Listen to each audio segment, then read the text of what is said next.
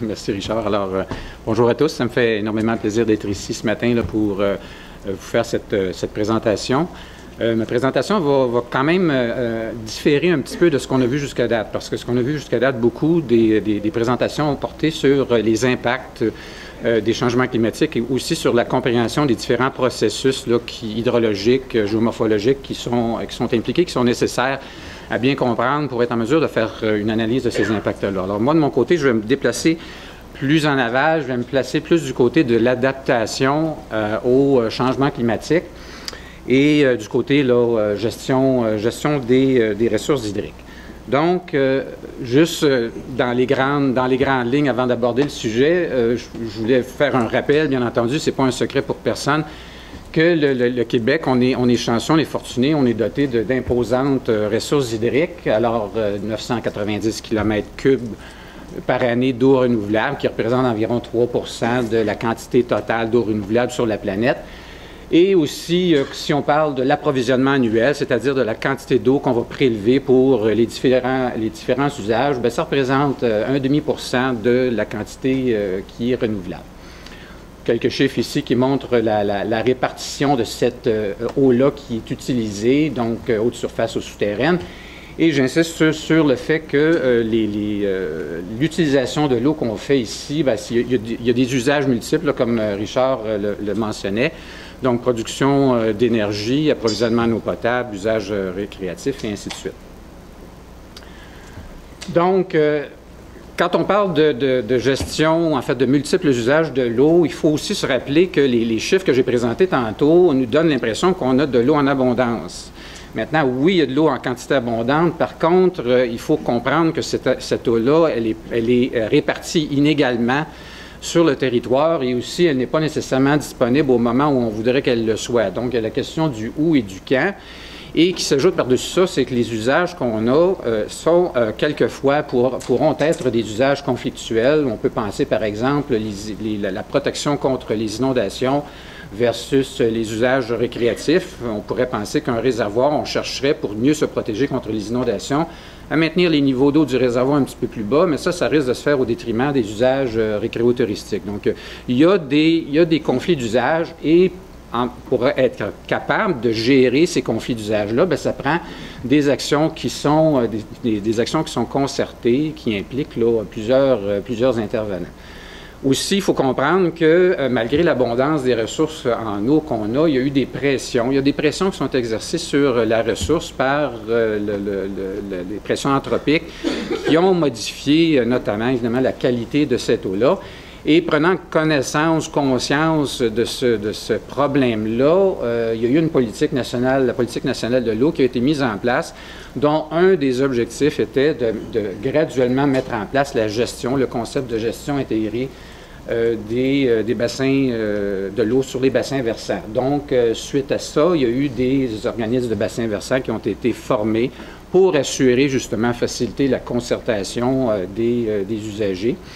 Et on parle aujourd'hui de 40 organismes de bassins qui sont en opération au moment où on se parle. Maintenant, avant de parler un petit peu sur la question de l'adaptation, des stratégies d'adaptation pour la ressource en eau, juste un bref rappel sur quels sont les impacts potentiels là, des changements climatiques sur la ressource hydrique ou sur le régime hydrologique. Bon, bien, sur le panneau à droite, vous voyez un graphique avec lequel je pense que la majorité d'entre vous est dorénavant familier, c'est-à-dire on a en rouge ici, c'est un hydrogramme moyen sur un bassin versant. Ici, c'est un sous-bassin versant du bassin versant de la rivière du Lièvre. Qui montre typiquement une crue printanière avec un abaissement des débits moyens durant la période estivale et un certain rehaussement durant l'automne. Maintenant, en conditions de changement climatique, par modélisation, bien, on s'aperçoit qu'il va y avoir un déplacement dans le temps là, de la crue, de la pointe de la crue, et aussi il va y avoir des changements, par exemple, sur les débits moyens qu'on retrouvera durant la période hivernale, ainsi que, durant la période automnale. On pourra remarquer aussi un certain abaissement sur des débits moyens durant la période estivale. Maintenant, ce qui Ce qui intéresse les gestionnaires de la ressource, c'est pas tant la moyenne que les extrêmes. Donc, j'ai juste présenté ici, là, avec trois endroits encerclés, que les extrêmes, dans un contexte de le climat changeant, les extrêmes pourront être amplifiés, que l'on parle d'étiage sévère durant la période estivale ou d'augmentation significative des débits de pointe, des crues durant la période hivernale. Donc, il y a vraiment une préoccupation là, pour le gestionnaire de la ressource, c'est vraiment la question des extrêmes. Il faut dire qu'au Québec, il y a eu des études qui ont été faites qui montrent justement, qui ont fait ressortir toute la question des extrêmes et de leur évolution là, de ces extrêmes-là en fonction d'un éventuel changement climatique. Donc ici, c'est un graphique qui montre l'évolution, en fait, du sud vers le nord, là, sur des bassins versants qui ont été analysés au Québec, du sud vers le nord, de l'abaissement du Q7.2, c'est-à-dire d'un débit d'étiage 7 jours avec période de récurrence de 2 ans. Donc, on s'aperçoit qu'il va y avoir, selon les modèles, il va y avoir une aggravation des étiages estivaux qui va être plus prononcée dans les régions sud que dans les régions nord du Québec. Donc, ça, c'est le genre d'information que pour un gestionnaire de la ressource, c'est particulièrement important. Juste quelques mots sur la gestion dite contemporaine des ressources hydriques. Un planificateur de la ressource est confronté à une multitude de questions auxquelles il doit évidemment apporter des réponses pour assurer une bonne gestion. J'en liste juste quelques-unes ici. Par exemple, quelle devrait être la hauteur optimale d'une digue, comment on pourrait dimensionner un évacuateur de crue. Là, on parle ici de questions relatives à la conception d'un ouvrage hydrique. Maintenant, il peut y avoir aussi d'autres questions. Par exemple, comment est-ce qu'on pourrait déterminer la zone inondable de 100 ans? Comment gérer un réservoir pour accommoder un ruissellement printanier là, qui va être de plus en plus incertain. Donc ça, c'est plus des questions associées à la gestion de la ressource comme telle. Et aussi, on a la question, reliée à la sécurité publique. Qu'est-ce qui va y arriver si jamais une structure hydrique se brise? Quelles seront les conséquences d'un bris de barrage, par exemple, sur les zones situées en aval? Donc, plusieurs questions auxquelles un gestionnaire de la ressource ou un planificateur de la ressource est confronté. Maintenant, quand on parle de gestion contemporaine des ressources hydriques, qu'est-ce que c'est exactement? Bon, d'une part, c'est influer sur les régimes d'écoulement naturel, les crues et les étiages, par la construction d'ouvrages hydriques qui vont transformer ou qui vont produire des usages productifs avec ces ouvrages-là. Par exemple, pour produire de l'hydroélectricité, protection d'écosystèmes et ainsi de suite. C'est aussi opérer efficacement l'infrastructure existante pour offrir différents services à la population, par exemple l'approvisionnement en eau, toujours dans un contexte où il y a de la variabilité. Ça va être aussi de planifier, bien entendu, et concevoir de nouvelles infrastructures en vue de besoins anticipés et de nouveaux risques, par exemple les risques associés à une variabilité ou à un changement climatique. Donc, de tenter de planifier l'approvisionnement ou en fait la gestion, les ouvrages en fonction de cette nouvelle réalité-là. Donc, ce qui est important ici, vraiment, c'est la caractérisation des événements extrêmes. Prend toute son importance quand on parle de gestion des systèmes hydriques. Quand on parle de systèmes hydriques, quand on fait la conception de ces systèmes-là, on va regarder deux choses. On va regarder, d'une part, on va essayer d'associer ou en fait d'assurer un niveau de protection qui va être optimal pour la population qui va être desservie là, par ce système-là. On peut penser approvisionnement en eau, on peut penser protection contre les inondations. Donc, on va, dans cette analyse-là, très souvent, on va confronter les coûts associés à la mise en place de cette alternative-là ou de cette alternative versus les bénéfices engendrés par l'implantation du système. Donc, au Canada, comme aux États-Unis, par exemple, si on prend l'exemple de l'aménagement de digues, comme on l'a vu beaucoup aux États-Unis le long du fleuve Mississippi, où on le retrouve au Manitoba, il y a eu une entente, si on peut dire, comme quoi qu'on assurait une protection une fois centenaire, là, donc on assurait la construction des digues pour protéger la population contre des crues de récurrence une fois dans 100 ans. Il y a aussi, bien entendu, la question de la sécurité et de la fiabilité du système. On veut s'assurer qu'une digue ou un barrage ou n'importe quel aménagement puisse être adéquatement protégé contre disons, des catastrophes comme un séisme, par exemple. On voudrait idéalement s'assurer que ces structures-là vont tenir le coup si jamais il y a des pressions de cet ordre-là. Maintenant aussi, il y a des révisions qui sont faites. Ce n'est pas quelque chose de statique, ces normes-là. Il y a des révisions qui vont être faites sur les niveaux de protection. Et c'est souvent le cas suite à des événements catastrophiques qui se sont produits. Par exemple, on peut penser au déluge du Saguenay, qui a amené par la suite la création de la loi là, sur la sécurité des barrages, ou on peut penser au fleuve Mississippi, où il y a eu de sévères inondations dans les années 90, où là, on a regardé, au lieu de penser une fois dans 100 ans, on a commencé à penser une fois dans 500 ans pour la protection contre les crues. Par contre, il y a aussi toute la question qui vient s'ajouter sur diverses pressions, des pressions environnementales. Il y a toute la question des incertitudes sur les changements climatiques. Et ça, actuellement, ça demeure un frein à la promotion de nouvelles normes. Parce que ces normes-là, la mise en place des normes, c'est quand même un processus qui est assez complexe, assez lourd pour leur mise en place. Alors, je reviendrai là-dessus un petit peu plus tard. L'incertitude sur les changements climatiques apparaît comme étant un frein à la promotion de ces nouvelles normes-là. Il faut comprendre aussi que les gestionnaires, les planificateurs sont habitués à travailler avec l'incertitude hydrologique. On regarde sur les événements, les données passées, et on observe des variabilités, des périodes de forte hydraulicité, des périodes de faible hydraulicité, et on fait la conception des ouvrages en fonction de cette incertitude-là.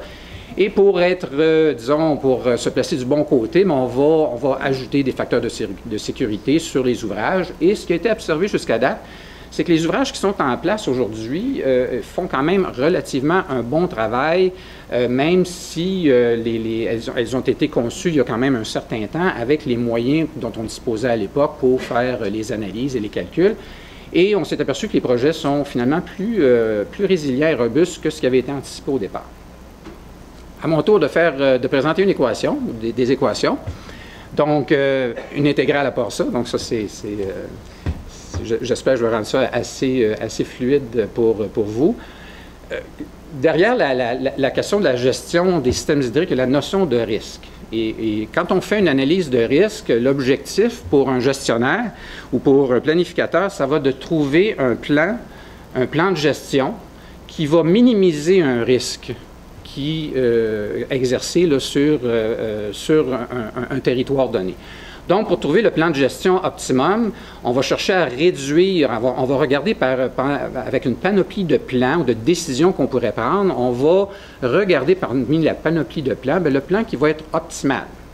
Okay? Donc, le plan qui va réduire les risques sur la population. Maintenant, quels sont ces risques-là? Le risque d'un calcul qui est quand même assez simple, c'est tout simplement le produit des conséquences d'une action. Par exemple, un débit significatif en rivière va causer des inondations qui vont causer des dommages. Donc, une conséquence associée à ça et aussi une probabilité d'occurrence associée à ça. Donc, on pourrait penser qu'une crue très, très importante va causer des dommages importants, mais va avoir une récurrence, une probabilité de se produire qui est quand même assez faible. Donc, on va balayer l'espace des probabilités pour arriver à un calcul de risque qui va intégrer l'ensemble des débits qu'on pourrait retrouver dans un cours d'eau. Donc, on cherche ici, le planificateur va chercher à trouver un plan de gestion qui va réduire la vulnérabilité, en fait, ou réduire le risque associé à la variabilité hydrologique. Maintenant, quelques stratégies d'adaptation au changement climatique qui ont été, disons, imaginées ou on réfléchit. On va parler, entre autres, notamment de la planification de nouveaux systèmes. Donc, quand on parle de nouveaux systèmes, on pourrait penser à ajouter des capacités accrues de réserve dans un système ou dans un bassin versant. On pourrait penser à concevoir, faire des révisions sur des critères de design, par exemple les courbes d'intensité, durée, fréquence qui sont utilisées pour faire le dimensionnement des goûts pluviaux.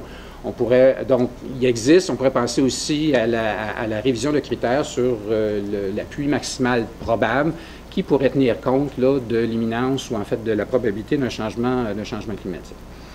On peut penser aussi à la gestion et la réhabilitation de systèmes existants. Donc, des barrages, on va essayer de gérer les barrages ou en fait de planifier la gestion des barrages en fonction d'une éventuelle réalité climatique. Donc ici, ce qui est présenté sur cette figure-là, ce que vous voyez, c'est les courbes qui représentent l'évolution dans le temps, sur une période d'une année, des niveaux d'eau dans un réservoir, en période de climat actuel, en rouge, et en période de climat futur. Donc, il y a un déplacement là, dans la trajectoire. Donc, on pourrait penser à ce moment-là que les règles de gestion pour opérer efficacement ces réservoirs-là devraient être révisées. On peut aussi penser à la gestion de la demande.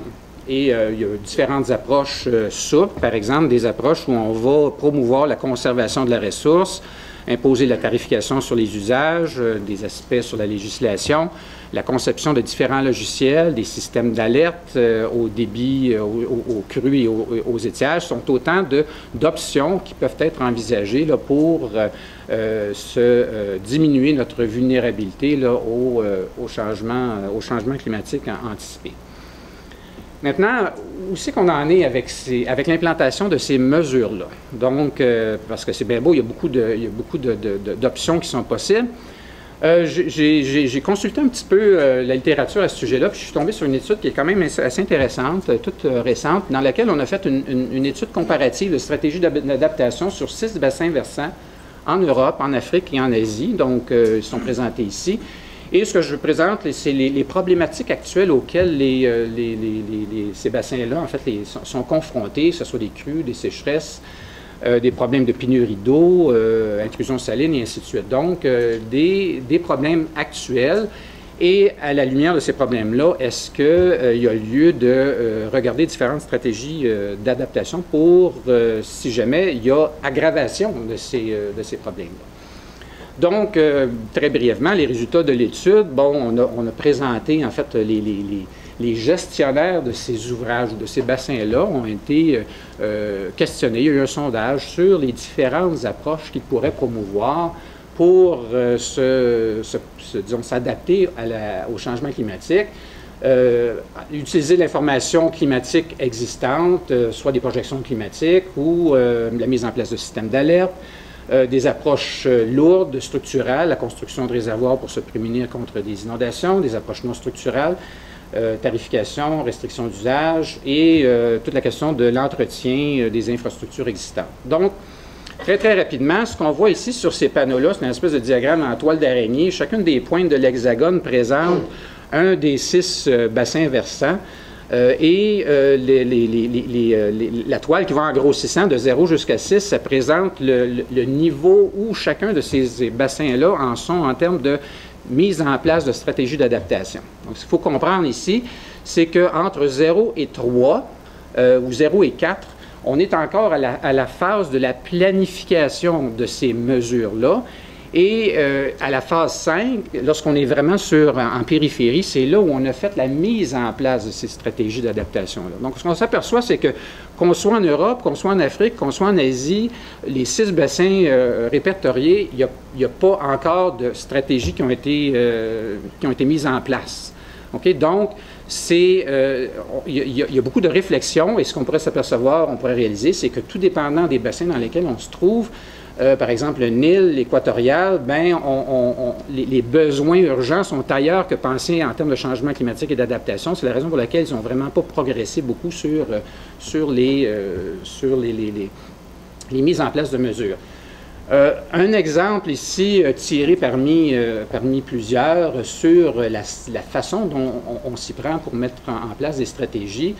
Par exemple, ici, on parle d'un cas en Finlande où la Finlande s'approvisionne, en fait, leur production d'électricité beaucoup à partir de l'hydraulique plusieurs lacs qui sont contrôlés, et une étude sur un bassin versant Vuoski qui a été faite récemment, dans laquelle on voulait regarder comment est-ce qu'on pourrait changer les règles d'opération d'un réservoir ou d'un lac pour mieux tenir compte de la réalité climatique. Donc, ce que vous avez en bleu, c'est la trajectoire naturelle des niveaux d'eau dans le lac.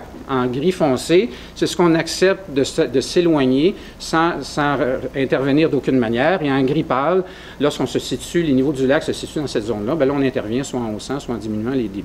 Donc, ça, c'est la stratégie actuelle. On a regardé comment modifier ces règles de gestion-là pour mieux s'adapter. Donc, l'approche typique qui est employée ici, c'est l'approche qu'on appelle scénario-driven, l'approche top-down à l'adaptation, dans laquelle on va regarder le climat actuel avec des observations, on va modéliser tout ça. Ça a été fait ici avec un modèle hydrologique suédois HBV. On va regarder l'impact sur différents indicateurs de vulnérabilité, donc l'éloignement du niveau cible, par exemple. On va aussi regarder en mode de changement climatique, et c'est là qu'on va regarder différentes projections, et on va faire le même exercice pour regarder ultimement ce qui va se passer sur la vulnérabilité du système en place. Maintenant, quand on va regarder encore une fois du côté scénario-driven, on va regarder une stratégie d'adaptation. Alors, la stratégie qui avait été observée ici ou suivie, c'est on va regarder certaines modifications aux règles de gestion, et on fait le même exercice, et on regarde si les vulnérabilités vont changer. Donc, le résultat, ce qui indique, je ne rentrerai pas dans le détail, mais en rouge, ce que vous voyez, c'est l'évolution dans le temps des dommages, situation actuelle, et l'évolution dans le temps des dommages en situation future, le panneau rouge et le panneau rose. Donc, ce qu'on voit, c'est que, oui, la révision des règles de gestion amène une diminution des dommages, mais en même temps, vous voyez les barres là, qui vont de haut en bas, ça, c'est l'incertitude associée au résultat. Donc, ça, c'est quelque chose qu'il faut qu'on garde en place, à l'esprit. Si on regarde de l'autre côté de la production hydroélectrique, qui est un autre usage, ce qu'on s'aperçoit, c'est que la mise en place des nouvelles règles a détérioré la production hydroélectrique. Donc, on voit que le panneau rose, la barre rose est plus basse, donc la production hydroélectrique a diminué dans le futur si on met en place ces stratégies-là. Toujours avec beaucoup d'incertitudes, comme on le voit ici.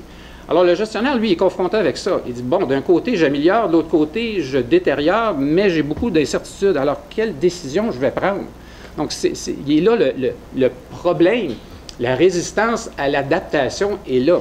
C'est qu'on est dans un contexte d'incertitude qui est très élevé. Et si je reviens sur ma petite équation de tantôt, c'est que dans un climat stationnaire, si le passé est garant du futur, on a une bonne idée de la fonction de distribution. Quelles sont les probabilités qu'on va avoir un débit centenaire dans les prochaines années? Bien, on peut le connaître assez bien à partir de l'information passée. Mais dans un climat qui est non stationnaire, on est confronté comment est-ce qu'on va estimer cette fonction-là. Donc, le gestionnaire, lui, il n'a aucune idée du risque. À ce moment-là, quand il arrive pour prendre une décision, c'est pour ça qu'il va avoir une résistance au changement climatique. Donc, ça illustre un petit peu pourquoi le gestionnaire a de la difficulté à prendre une décision. C'est que quand on parle d'une approche top-down, c'est une approche dans laquelle l'incertitude augmente au fur et à mesure qu'on passe d'une étape, par exemple, de l'estimation de quel va être un futur possible pour la société, les émissions de gaz à effet de serre, le modèle climatique. Toutes ces boîtes-là accroissent le niveau d'incertitude sur la réponse. Donc, il y a eu beaucoup d'études qui ont été faites. On s'est rendu jusqu'à l'estimation des impacts. Et d'ailleurs, c'est ce qu'on a vu dans les présentations aujourd'hui, et c'est nécessaire de faire ces études-là. Mais le gestionnaire, lui, c'est la dernière case qui l'intéresse, c'est les stratégies d'adaptation. Et là, il est confronté avec une enveloppe d'incertitude qui est importante, et il y a relativement peu d'études qui ont été faites là-dessus.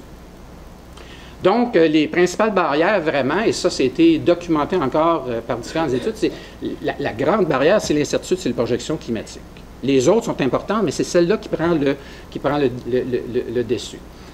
Donc, si, au lieu de penser top-down, si on se mettait à penser bottom-up, à ce moment-là, on pourrait peut-être aborder le problème d'une manière différente. Donc, la stratégie, la prise de décision qu'on appelle robuste, c'est une approche qu'on appelle bottom-up, dans laquelle, au lieu de partir avec les scénarios puis d'arriver à une réponse avec une incertitude qui est large de même, on va se mettre à penser stratégie d'adaptation au départ qui pourrait être prometteuse aujourd'hui, et, souhaitons-le, dans un contexte de changement climatique. Donc, on aborde ça à l'envers, dans lequel on aborderait la question de la vulnérabilité du système et comment est-ce qu'on peut réduire cette vulnérabilité-là.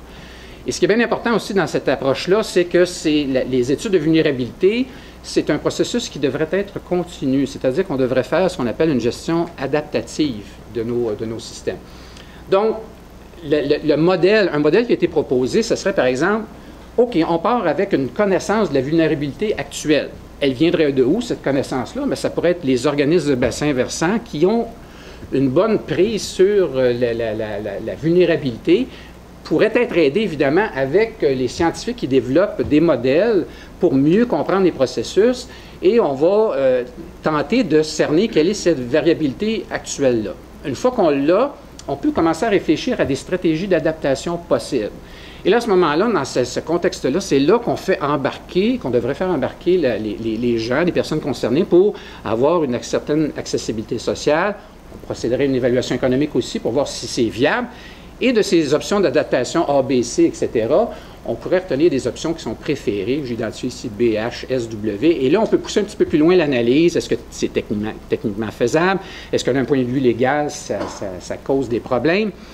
Et aller un petit peu plus loin, puis à ce moment-là, avec ces stratégies-là, là, on peut embarquer toute la question des changements climatiques avec les projections qu'on possède, de l'information qu'on retrouverait là, à partir de nos modèles, pour faire une estimation de la vulnérabilité future et à ce moment-là, d'identifier parmi les options préférées les mesures qui sont les plus robustes, c'est-à-dire les mesures qui vont donner un rendement satisfaisant dans un contexte de changement climatique avec l'incertitude qu'on a sur nos modèles. Bien entendu, comme je le mentionnais tantôt, il va falloir qu'on fasse un suivi régulier de ça pour évaluer la performance de ces stratégies-là et éventuellement mettre en place un parcours d'adaptation. Là, on peut y aller avec la stratégie W, ensuite la stratégie B, et ainsi de suite. Donc, je vais passer très, très rapidement sur l'étape, en fait, un exemple dans lequel on a fait cette évaluation-là sur un bassin versant en Irlande, où au lieu de cibler, d'y aller avec une approche top-down, on a tout de suite identifié des scénarios qui étaient plausibles. Et là, par la suite, on est allé faire des analyses de vulnérabilité avec ces scénarios-là, pour identifier, par exemple ici, des scénarios qui montreraient, l'exemple ici, c'est le stress hydrique engendré sur un système, sur un bassin versant, causé par ne rien faire, la stratégie en A, option d'adaptation B, C et D, et s'apercevoir que dans un climat futur, ces options-là amènent une réduction du stress hydrique, et là se pose la question, qu'est-ce qui est acceptable d'un point de vue social? Donc, ça nous aide, nous, à nous diriger sur les stratégies qui sont les plus prometteuses. Je termine là-dessus, l'étape la plus importante, à mon avis, dans les mesures, la mise en place de stratégies d'adaptation, c'est vraiment, une fois qu'on a identifié ces stratégies-là, qu'on les met en place, il faut faire un suivi, un monitoring, donc une gestion adaptative.